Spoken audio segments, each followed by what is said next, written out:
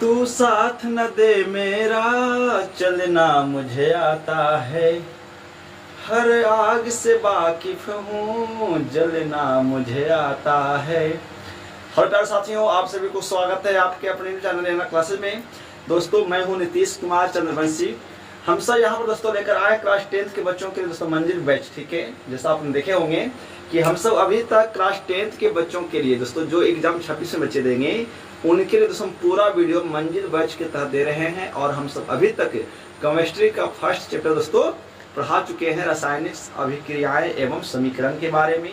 हमने उसका ऑब्जेक्टिव सवाल भी दोस्तों दिया है। आशा है कि आप पूरे इस चैप्टर को अच्छे से देखे होंगे। ठीक है दोस्तों, हम एक पोस्ट डाले थे कि केमिस्ट्री के बाद इसी विषय को कंटिन्यू रखें दोस्तों, या मैथ, फिजिक्स या हिंदी को स्टार्ट करें। ठीक है, तो बहुत से बच्चों का कमेंट आ रहा था कि सर मैथ स्टार्ट कीजिए। ठीक है, क्योंकि दोस्तों अभी तक के आपको मैथ पूरा पढ़ा चुके हैं। ठीक है, जब आप जाएंगे मेरे चैनल के अंदर देखिएगा तो दोस्तों उसमें बहुत सारा वीडियो मैथ का मिलेगा चैप्टर वाइज। ठीक है, लेकिन आज हम जो आपको स्टार्ट करेंगे मैथ दोस्तों मंजिल बैच के लिए एक नए अंदाज में शुरू करेंगे और एक नए सीजन दोस्तों शुरू करने वाले हैं। ठीक है, बिल्कुल आपको महसूस ये नहीं होगा कि हम ऑफलाइन पढ़ रहे हैं दोस्तों, कि हम ऑनलाइन यहाँ पे क्लास कर रहे हैं। ठीक है दोस्तों, जैसा आप क्लास में पढ़ते हैं बैठ करके ऑफलाइन, हम उसी प्रकार से आपको वीडियो आपको दोस्तों प्रोवाइड करवाएंगे। ठीक है, तो आज हम सब यहाँ पे जो शुरू करने वाले हैं चैप्टर वो शुरू करेंगे, पता है क्या दोस्तों, आज हम शुरू करेंगे वास्तविक संख्या। ठीक है, आज हम सब शुरू करने वाले हैं यहाँ पे, तो शुरू करेंगे क्या, वास्तविक संख्या। वास्तविक संख्या, ठीक है, तो वास्तविक संख्या जो है जिसको हम सब यहाँ पे रियल नंबर भी कहते हैं ना, रियल नंबर भी कहते हैं। माइक लगा लेते हैं ताकि आवाज साफ से आएगा, हाँ ना, और आवाज आपको अच्छा जाएगा। ठीक है,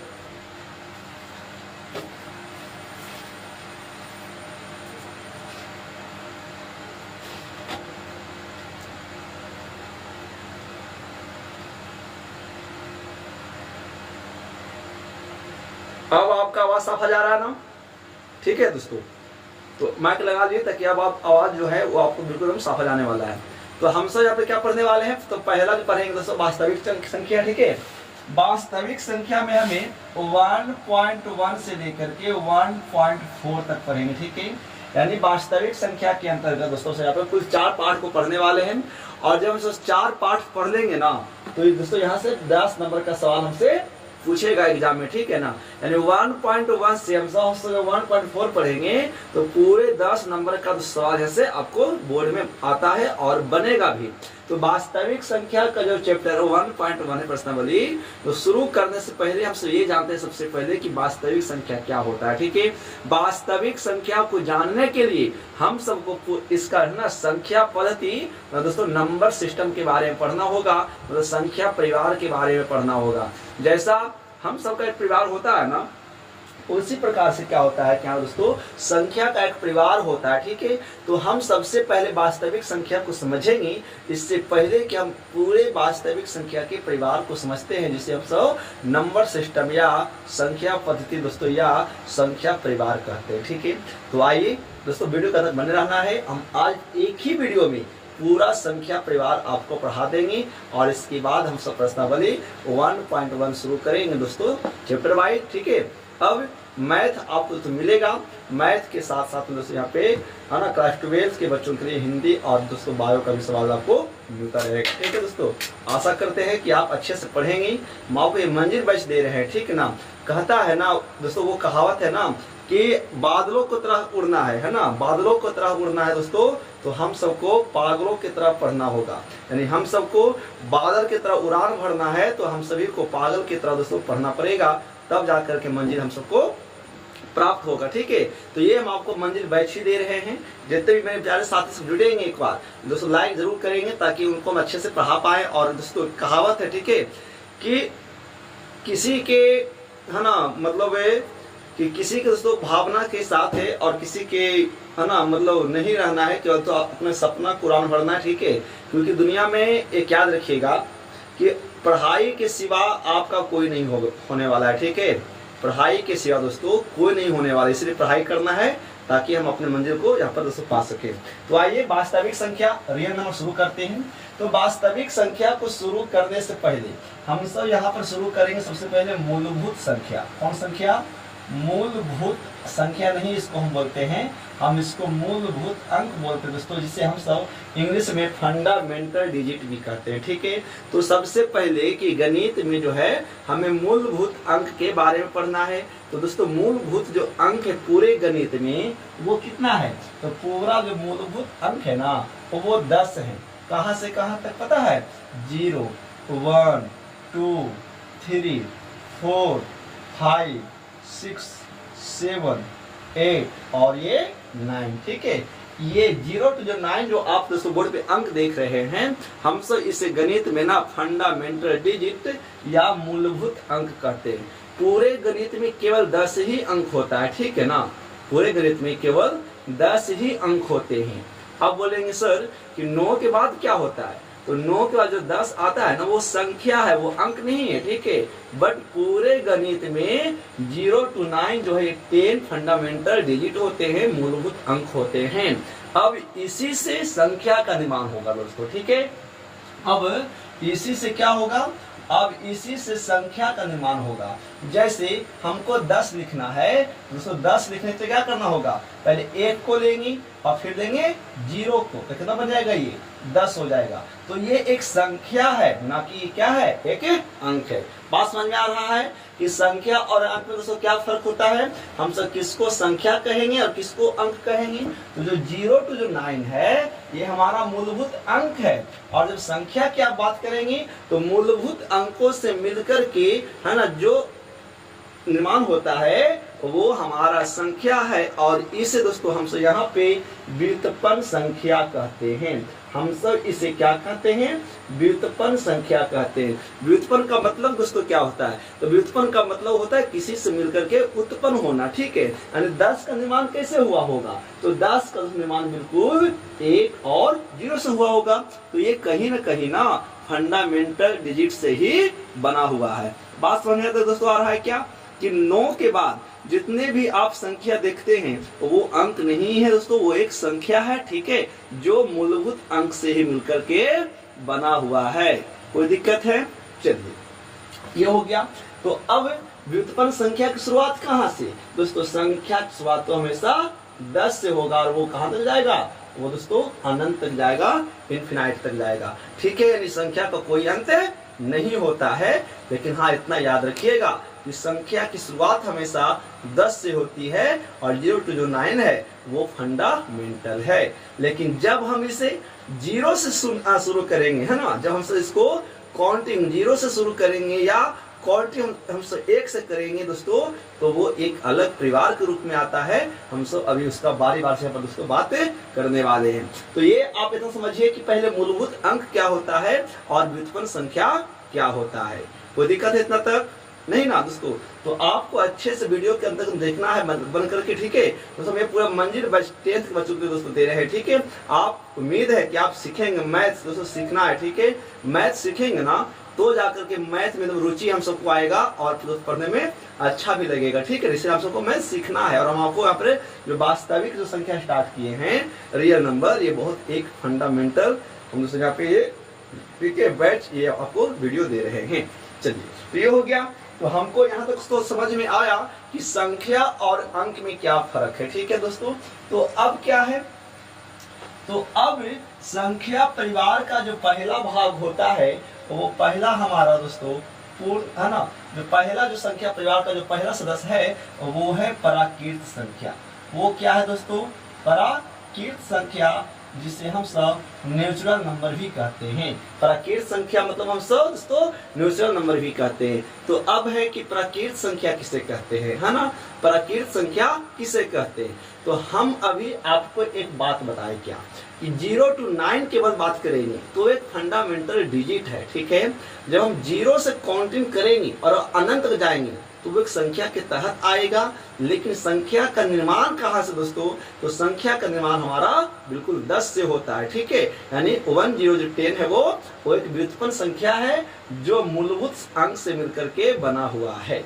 बात समझ आता दोस्तों, आ रहा है हम सबको? ठीक है, चलिए। तो प्राकृत संख्या किसे कहते हैं? सबसे पहले बात क्या है कि प्राकृत संख्या किसे कहते हैं दोस्तों? प्राकृत संख्या जो है ना, गिनती के संख्या को, किसको? गिनती के संख्या को, गिनती के संख्या को प्राकृत संख्या कहा जाता है। बात समझ में आ रहा है? गिनती के संख्या को प्राकृत संख्या कहा जाता है। तो गिनती की संख्या शुरू कहाँ से होती है दोस्तों?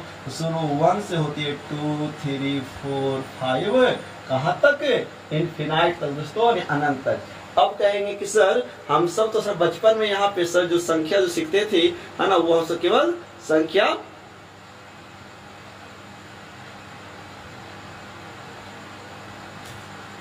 है ना। अब कहेंगे कि सर हम सब तो सर बचपन में संख्या जो गिनती था वो 1 से 100 तक सीखते थे। तो हाँ, उस केवल हमें वो रास्ता पकड़ाने के लिए ना 1 से 100 तक हम सबको संख्या दोस्तों सिखाया जाता था। ठीक है, ताकि जब हम सब बचपन में जब 1 से 100 तक पढ़ते थे तो देखते थे ना 10 उसमें और ऐड करके ना 101, 102, 103, 104 और है ना 110 तक हम सबको पढ़ाते थे। इसका मतलब ये हुआ कि इसी प्रकार से संख्याएं हमेशा आगे बढ़ते चला जाता है। ठीक है, तो ये नहीं समझना है कि आपको गिनती केवल 1 से 100 तक होता है दोस्तों। बचपन में सीखने के लिए हम सबको गिनती पढ़ाया जाता है 1 से 100 तक। ठीक है, बट गिनती की संख्या का उसको कोई अंत नहीं है, वो अनंत है, वो कहाँ तक जाएगा उसको कोई लिमिट नहीं है। तो हम सब इसे क्या कहेंगे? प्राकृत संख्या कहते हैं। यानी गिनती की संख्या को ना हम सब क्या कहते हैं दोस्तों? तो प्राकृत संख्या कहते हैं। एक बात और याद रखिएगा, आपसे दोस्तों ये पूछ सकता है कि सर सबसे छोटी प्राकृत संख्या कितना होता है? सबसे छोटी प्राकृत संख्या कितना होता है दोस्तों? तो सबसे छोटी जो प्राकृत संख्या है वो हमारा 1 होता है। कितना होता है जी? तो सबसे छोटी जो प्राकृत संख्या है ना दोस्तों वो कितना होता है? 1 होता है। अब है कि सर सबसे बड़ी प्राकृत संख्या कितना होता है? तो याद रखिएगा मेरे प्यारे साथियों, सबसे बड़ी प्राकृत संख्या कभी नहीं होती, क्योंकि संख्या का कोई अंत ही नहीं है। इस कारण से सबसे बड़ी प्राकृत संख्या नहीं होती है। हाँ, सबसे छोटी प्राकृत संख्या होता है। वो कितना होता है दोस्तों? 1 होता है। बात समझ में आ रहा है यहाँ तक? यदि समझ में दोस्तों आ रहा है ना तो एक लाइक जरूर करेंगे। ठीक है, एक लाइक करेंगे, एक सब्सक्राइब करेंगे दोस्तों, और उन बच्चों को भेजेंगे दोस्तों जो कभी भी ऐसा मैथ अपने ट्यूशन दोस्तों नहीं पढ़े हैं ऑफलाइन, हम दोस्तों उसको फ्री में पढ़ाएंगे दोस्तों ऑनलाइन। इस प्रकार से उनको यहाँ पे पढ़ाने का प्रयास दोस्तों कर रहे हैं। ठीक है, आशा करते हैं मेरे प्यारे साथियों कि आपको प्राकृत संख्या समझ में आया होगा। चलिए, तो अब है कि सर प्राकृत संख्या के बाद प्राकृत संख्या के अगला क्या पढ़ने वाले हैं मेरे प्यारे साथियों? तो प्राकृत संख्या के बाद हम सब अगला पढ़ेंगे पूर्ण संख्या, जिसे हम सब होल नंबर भी कहते हैं। पूर्ण संख्या जिसे हम सब दोस्तों होल नंबर भी कहते हैं। ठीक है, तो होल नंबर यानी पूर्ण संख्या किसे कहते हैं दोस्तों? तो जैसा नाम में छिपा हुआ है कि पूर्ण का मतलब क्या है, तो दोस्तों पूर्ण का मतलब पूरा है ना। क्या प्राकृत संख्या जब शुरू 1 से कर रहे थे, क्या ये पूरा है? तो नहीं दोस्तों, जब हम संख्या की शुरुआत 1 से करते हैं तो पूरा नहीं आता है दोस्तों। पूरा का मतलब तो है कि कहां से? 0 से हम शुरू करेंगे तो जाकर के वो पूर्ण संख्या होगा। यानी कहने का दोस्तों यह है, यदि हम गिनती की संख्या में, यदि हम गिनती की संख्या दोस्तों 0 से शुरू करते हैं, 0 से हम काउंटिंग करना शुरू करते हैं, तो दोस्तों यह सदस्य पूर्ण संख्या के अंतर्गत आता है और ये भी अनंत तक चलता है। बात समझ में साथ आ रहा है कि जब हम गिनती की संख्या की शुरुआत 1 से ना करके हम 0 से गिनना शुरू करते हैं, 0 से पढ़ना शुरू कर देते हैं मेरे प्यारे साथियों, तो ये हमारा पूर्ण संख्या का निर्माण होता है। बात समझ में आ रहा है? ये पूर्ण संख्या का निर्माण होता है, यानी होल नंबर का शुरुआत होता है। ठीक है, यानी हम ये भी कह सकते हैं कि 0 से शुरू होने वाली संख्याएं हमेशा पूर्ण संख्या कहलाती है। बात समझ में आ रहा है कि 0 से शुरू होने वाली संख्या जो है वो पूर्ण संख्या कहलाती है, यानी होल नंबर कहलाती है। अब एक सवाल ये है, क्या सर एक जो है सर एक प्राकृत संख्या है कि एक पूर्ण संख्या है? एक प्राकृत संख्या है कि एक पूर्ण संख्या है? तो मेरे प्यारे साथियों, एक पूर्ण संख्या भी होगा और एक प्राकृत संख्या भी होगा। दोस्तों याद रखना है कि एक पूर्ण संख्या भी होगा और दोस्तों एक प्राकृत संख्या भी होगा। क्या जीरो की बात करें दोस्तों, क्या जीरो की बात करें कि सर जीरो एक प्राकृत संख्या भी है, जीरो एक पूर्ण संख्या भी है, तो नहीं साथियों, जीरो केवल एक पूर्ण संख्या है ना, और प्राकृत नहीं है, क्योंकि जीरो प्राकृत के समूह में नहीं आता है। प्राकृत संख्या तो शुरू एक से होती है, शून्य से शुरू नहीं होता है। बात समझ में आ रहा है। चार की बात करेंगे अब। चार प्राकृत संख्या है कि चार पूर्ण संख्या है, तो चार दोस्तों दोनों है, क्योंकि चार पूर्ण संख्या में भी आ रहा है और चार प्राकृत में भी दोस्तों आ रहा है।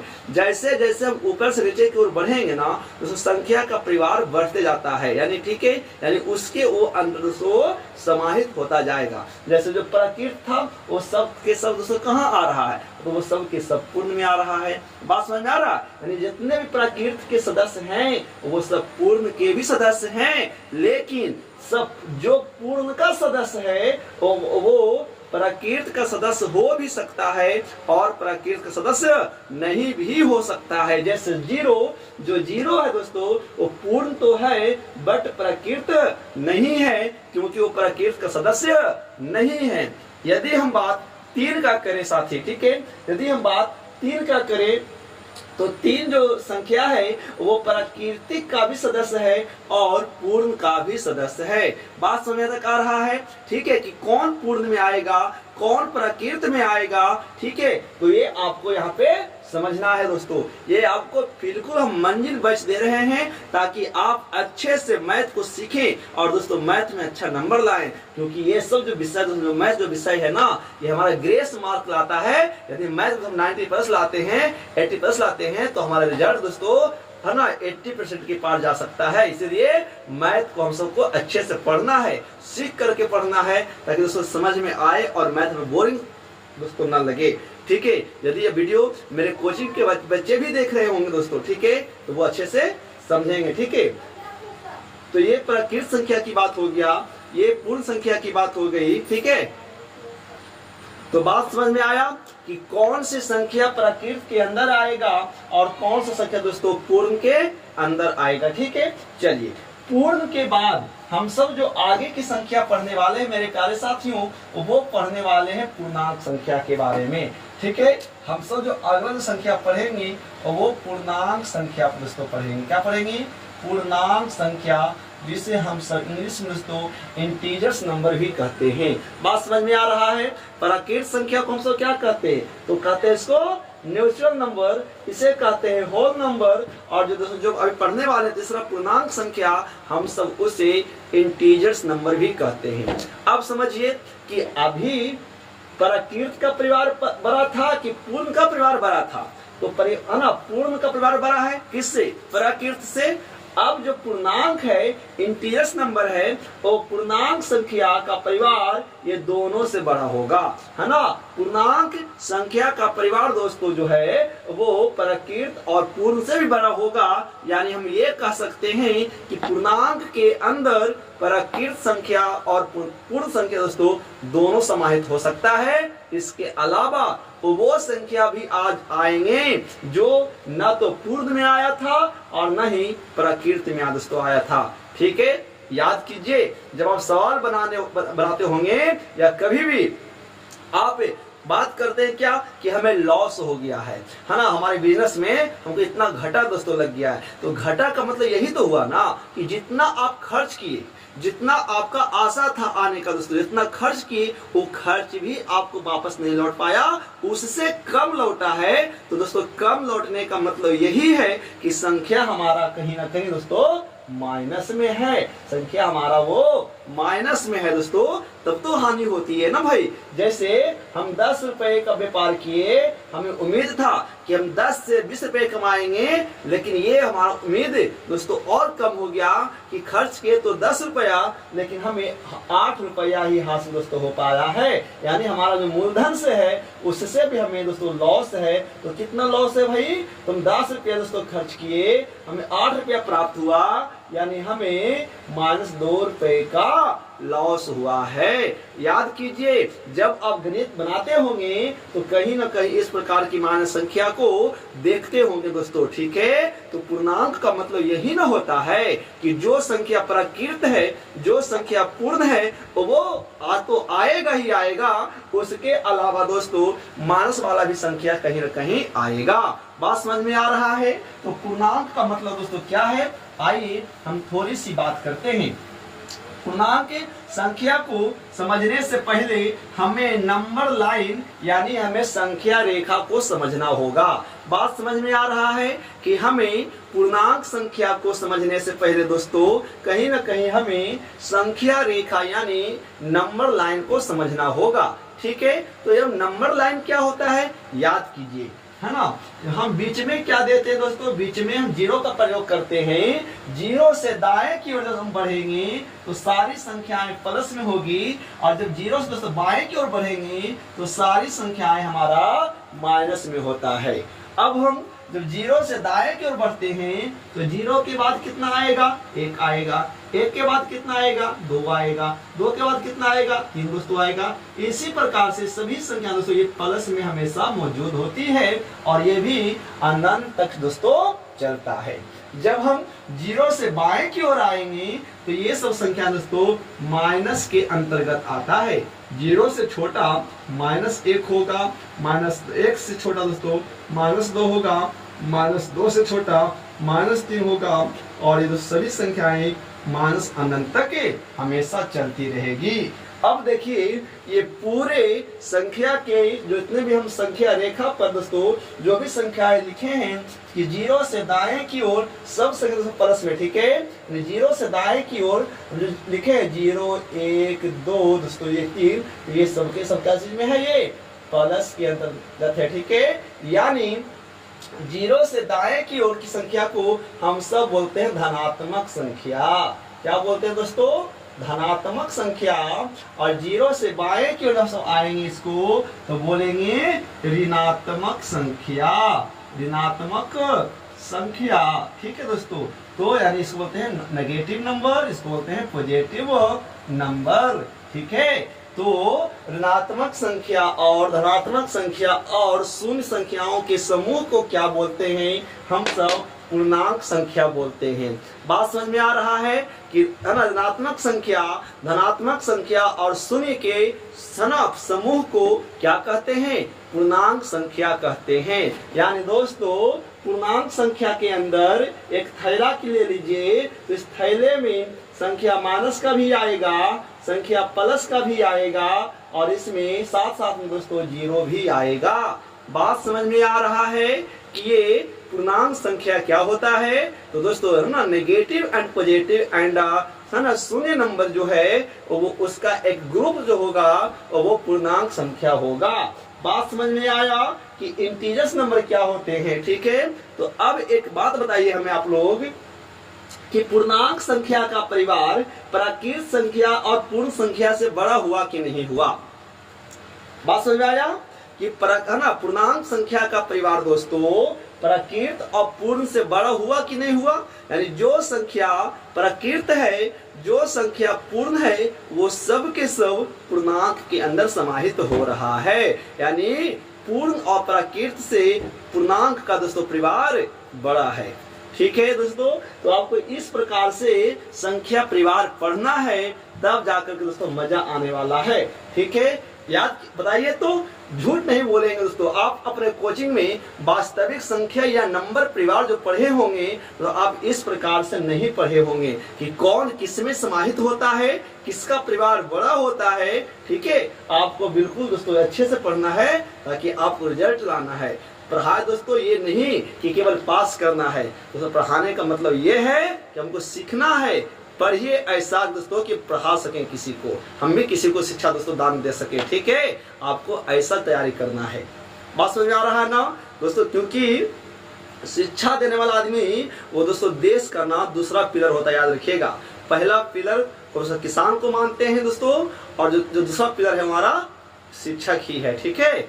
इसीलिए ये सब जरूरी है आपको पढ़ाई करना दोस्तों। इस प्रकार से पढ़ना है, अपने कोचिंग में दोस्तों पढ़ना है तो अपने टीचर से बोलिए कि सर हमें इस प्रकार से है ना, कोई भी चैप्टर पढ़ेंगे दोस्तों तो आपको ऐसे पढ़ना है ताकि चैप्टर आपको अच्छा समझ में आए, बोरिंग आपको ना लगे। ठीक है, यहाँ तक बात समझ आ रहा है ना। चलिए, तो ये तो प्रकृत हो गया, ये पूर्ण हो गया दोस्तों, और ये पूर्णांक हो गया। ठीक है, यानी प्रकृत, पूर्ण और पूर्णांक के अंदर सभी संख्या समाहित हो गई है। आइए अब इसके आगे छोटी छोटी बातें जो और हम सब पढ़ने वाले हैं वो अभी है ना, हम इसे अब रफ करेंगे। आप एक स्क्रीनशॉट लीजिएगा, ठीक है, ताकि हम और अच्छे से पढ़ा पाए यहाँ पे।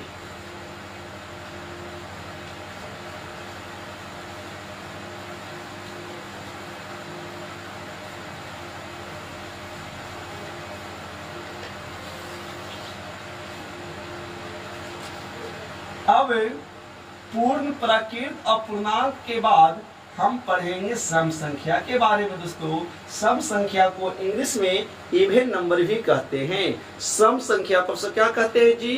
तो अब सब सम संख्या को दोस्तों यहाँ पे इवन नंबर भी कहते हैं। मेरे प्यारे साथियों, बात समझ में आया कि अब हम सब जो हम पढ़ने वाले हैं वो सम संख्या के बारे में दोस्तों पढ़ने वाले हैं कि सम संख्या क्या होता है। ठीक है, सम संख्या क्या होता है। तो आप बहुत बार दोस्तों पढ़ चुके हैं, क्या बहुत बार पढ़ चुके हैं कि सम संख्या का मतलब वे संख्याएं जो 2 से डिवाइड हो जाती है उसे सम संख्या कहते हैं दोस्तों। ठीक है, यानी आप काउंटिंग लिखिए, 1 to 10 लिखिए। ठीक है, आप 10 संख्या को लिखिए, 10 संख्या में आप 2-2 से भाग लगाए। ठीक है ना, तो जब 2 से जो संख्याएं कटते चली जाएगी भाग देने पर वो आपका सम संख्या होगा। यानी हम ये कह सकते हैं कि वैसा संख्या दोस्तों जो 2 से विभाजित होती है, 2 से डिवाइड होती है, हम सब उसे क्या कहेंगे? हम सब उसे दोस्तों यहाँ पे सम संख्या कहते हैं। बात समझ में आ रहा है ना कि सम संख्या किसको कहेंगे? तो वे संख्याएं जो 2 से विभाजित होती है उसे सम संख्या कहते हैं दोस्तों। ठीक है ना, 2 से विभाजित होने वाली, 2 से विभाजित होने वाली, 2 से विभाजित होने वाली संख्या है ना, क्या कहलाती है? सम संख्या कहलाती है। बात समझ में आ रहा है कि 2 से विभाजित होने वाली जो संख्या हमारा है वो सम संख्या दोस्तों कहलाता है। अब है कि हम यहाँ से 0 से लिखते हैं, 0 1 2 3 4 5 6 7 8 9 10। ठीक है, अब हम यहाँ पे ये पहचानेंगे कि कौन कौन संख्याएं दोस्तों सम है। ठीक है, तो हम पहले 0 को चेक करते हैं कि 0 सम है क्या।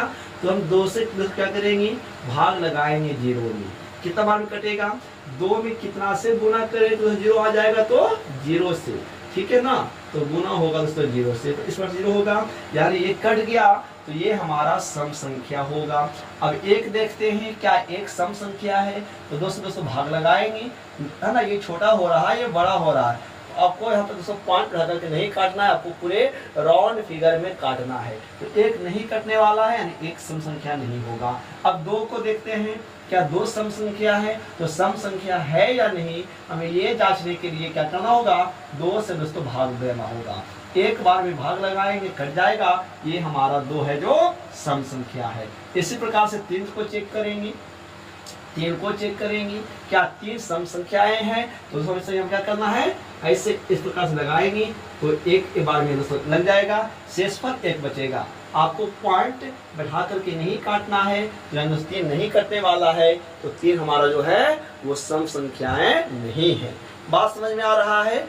यानी इस प्रकार से संख्याएं सम होगी। ठीक है, अब हम सम संख्या के बाद दोस्तों जो, तो ठीक है, ये तो छोटी छोटी संख्या हम आपको जो दिए, आप इसमें आसानी से दोस्तों भाग लगा देंगे 2 से, जब वो कट जाएगा तो यानी वो सम होगा, और है ना।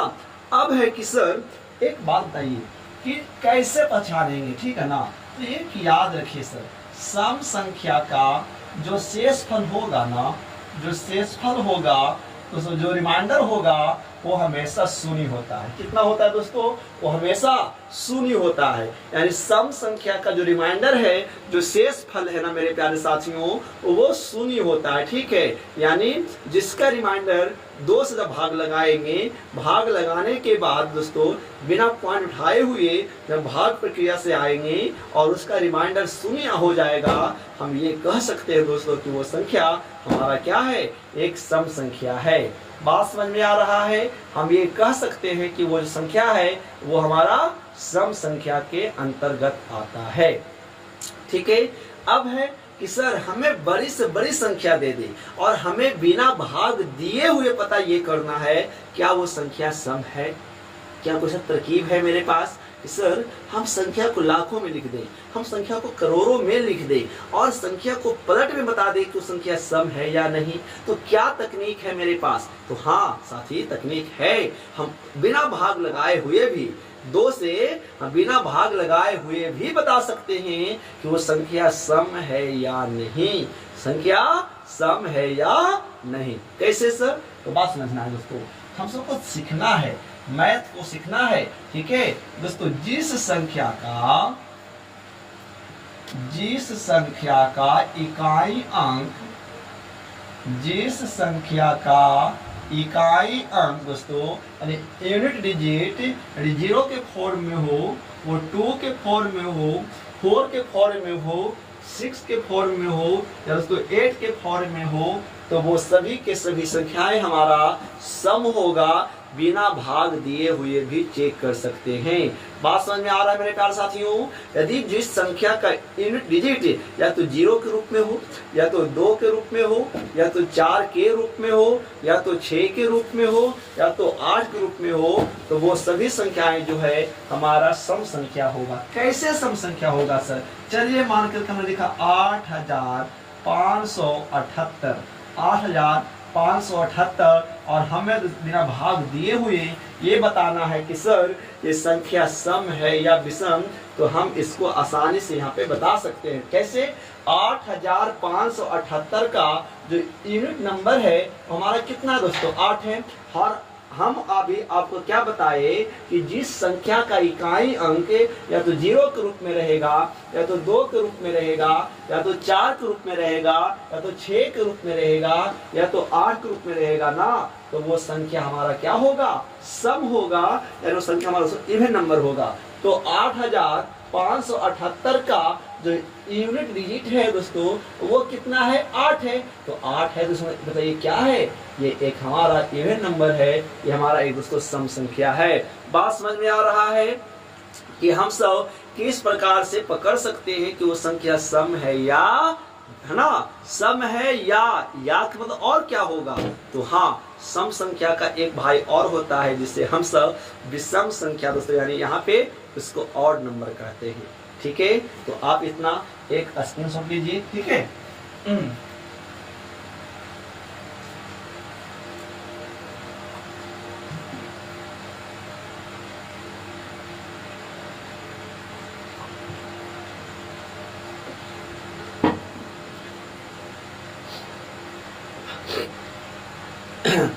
तो यहाँ देखिए हो गया है। तो ये हो गया क्या? सम संख्या। समझ में आया? सम संख्या का बाद एक इसी का एक भाई है, उसका नाम है दोस्तों विषम संख्या। उसका नाम क्या है? विषम संख्या। तो इसको रफ करते हैं और पता करते हैं कि विषम संख्या क्या होता है। पता करते हैं मेरे प्यारे साथियों कि विषम संख्या क्या होता है। तो सम संख्या के बाद विषम संख्या क्या होता है? सम संख्या के बाद विषम संख्या क्या होता है? विषम संख्या को हम सब ऑड नंबर भी कहते हैं। ठीक है, विषम संख्या को सब क्या कहते हैं? तो हम सब विषम संख्या को ऑड नंबर भी कहते हैं। ठीक है, अब क्या है कि बिल्कुल इसका उल्टा कि जो है ना, 2 से जो संख्या 2 से विभाजित नहीं होती है, याद रखिएगा, जो संख्या 2 से विभाजित नहीं होती है ना दोस्तों, वह विषम होती है। वो क्या होती है जी? वह विषम संख्या होती है। ठीक है, जो संख्याएं 2 से विभाजित नहीं होती है वह विषम होती है। सर कैसे हम संख्या को लिखे 0 1 2 3 4 5 6 7 8 9 और 10। ठीक है, 0 1 2 3 4 5 6 7 8 9 और 10। अब हमें इसमें चेक करना है कि कौन विषम होगा कि नहीं। तो सबसे पहले दोस्तों हम सम में क्या देखे थे कि 0 सम था हमारा, 2 सम हो रहा था, तो 4 सम हो रहा था, है ना। तो अब विषम कौन होगा दोस्तों, जो बीच बीच में जो छूटते जा रहा है ना मेरे प्यारे साथियों, वो सबके सब विषम होगा, वो सबके सब क्या होगा, विषम होगा। जैसे हमें 7 चेक करना है कि 7 विषम है या नहीं, 2 से भाग लगाएंगे तो 2 तिया का 6 होगा, तो शेष पर 1 बच जाएगा, है ना। तो जो विभाजित नहीं हुआ, ठीक है, इसका शेष पर कुछ न कुछ बचा है, तो यानी 7 हमारा क्या है, विषम संख्या है। बात समझ में आया। यानी हम ये कह सकते हैं कि जो संख्या 2 से कटता है वो सम होगा, और जो 2 से नहीं कटता है वो हमारा क्या होने वाला है जी, वो हमारा विषम संख्या दोस्तों होने वाला है। ठीक है, एक बात और याद रखिएगा, विषम संख्या का जो विशेषता होता है ना, कि विषम संख्या का जो शेषफल है मेरे प्यारे साथी, है ना, विषम संख्या का जो शेषफल है ना, वो हमेशा रिमाइंडर इसका 1 बचता है। ठीक है, सम संख्या का क्या बच रहा था, तो सम संख्या का जो था, जो शेषफल था वो 0 बच रहा था ना, बट विषम संख्या का जो रिमाइंडर है उन्होंने क्या बचता था, वो बिल्कुल 1 बचेगा। ठीक है, यानी 0 नहीं बच सकता है दोस्तों। ठीक है, तो हम सब उसे विषम संख्या कहते हैं। यानी अब है, यानी हम काउंटिंग की संख्या को देख रहे हैं, तो काउंटिंग की संख्या ये सामने निकल करके आ रहा है कि एक छोर सम होगा दोस्तों, एक विषम होगा, एक सम होगा और एक विषम होगा। यानी हम ये कह सकते हैं ना कि काउंटिंग संख्या जो है, जो गिनती की संख्या दोस्तों, वो सम और विषम से बना हुआ है। एक सम तो एक विषम, एक सम तो एक विषम होगा। ठीक है, यहाँ तो समझ आ रहा है।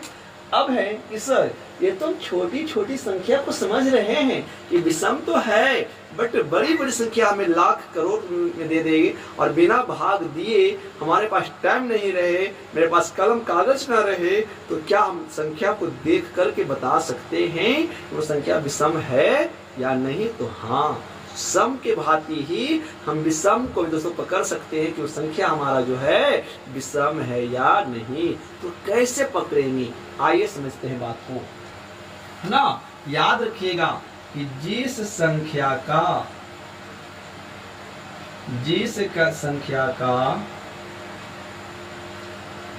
इकाई अंक 1 हो, 3 हो, 5 हो, 7 हो और 9 हो। ठीक है, इसमें से कोई भी एक हो तो वो संख्या हमारा क्या होगा, तो वो संख्या हमारा विषम होगा। बात समझ में आ रहा है कि जिस संख्या का इकाई डिजिट यदि वो 1 के रूप में हो, 3 के रूप में हो, 5 के रूप में हो, 7 के रूप में हो या 9 के रूप में हो, तो वो संख्या हमारा क्या होने वाला है, तो वो संख्या हमारा विषम होने वाला है। पहली बात। तो दूसरी बात क्या है कि सर कैसे, हमने लिखा 8765 और हम बिना भाग दिए बता पाएंगे कि सम है या विषम। तो देखिए इसका जो यूनिट है कितना, वो 5 है ना, और इसका 5 होगा वो क्या होगा, विषम होगा, यानी सम नहीं है, ये क्या है, विषम है।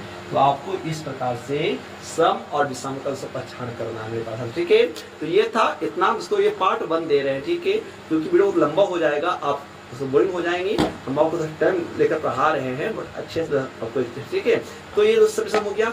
हम पार्ट 2 में क्या करेंगे, भाज, अभाज, परिमेय, अपरिमेय और वास्तविक संख्या दोस्तों। ठीक है, ये 5 पढ़ाएंगे और तब जाकर के आपका नंबर 16 पर कंप्लीट होगा और फिर तब हम चैप्टर स्टार्ट करेंगे 1.1।